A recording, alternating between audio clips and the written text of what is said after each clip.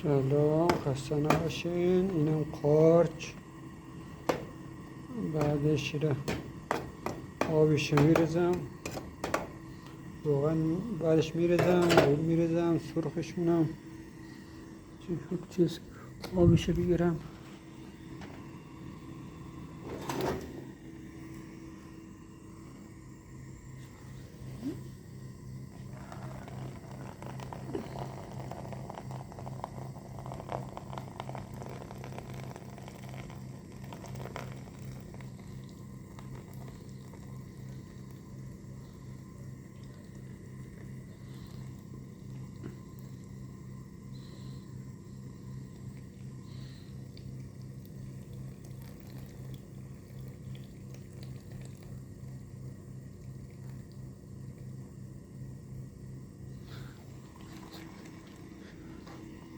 الان رد شد.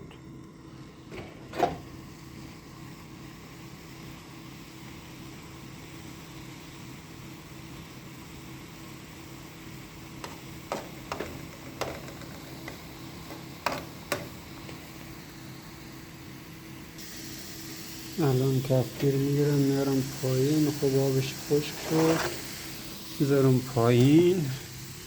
روغن اضافه مونم. اون روغن ما کم مونده.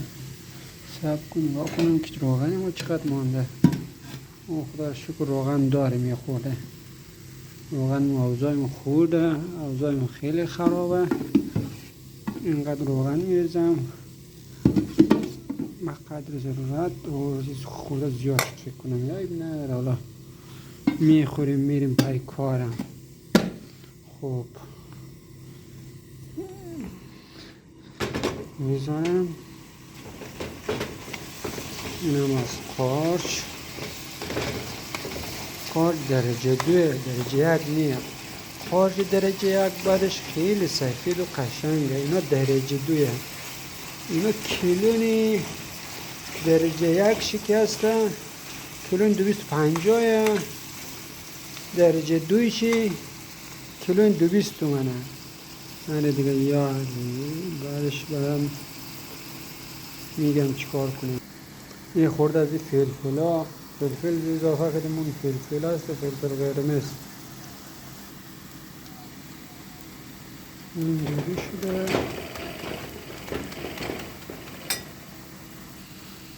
الان خب زرد شده. یک خورده روب اضافه مونم. اینجا روب داریم. روبی مالی نمیدونم کجاست اینقدر روب باشه. اینجوریه. با سبک تخم مرغ اضافه کنم.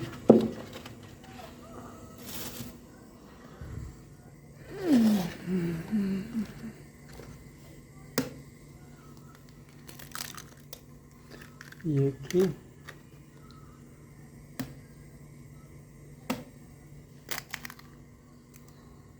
این خرابه. بعدش چیکارش کنم؟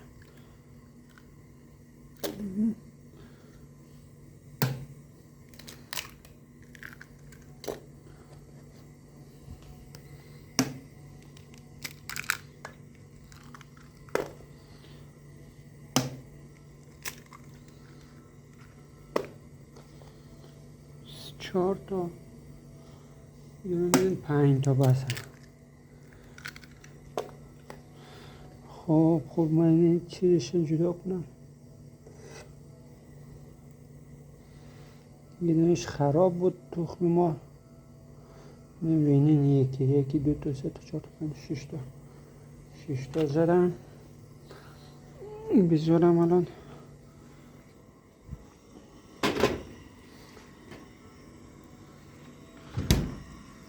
تای گازم کم.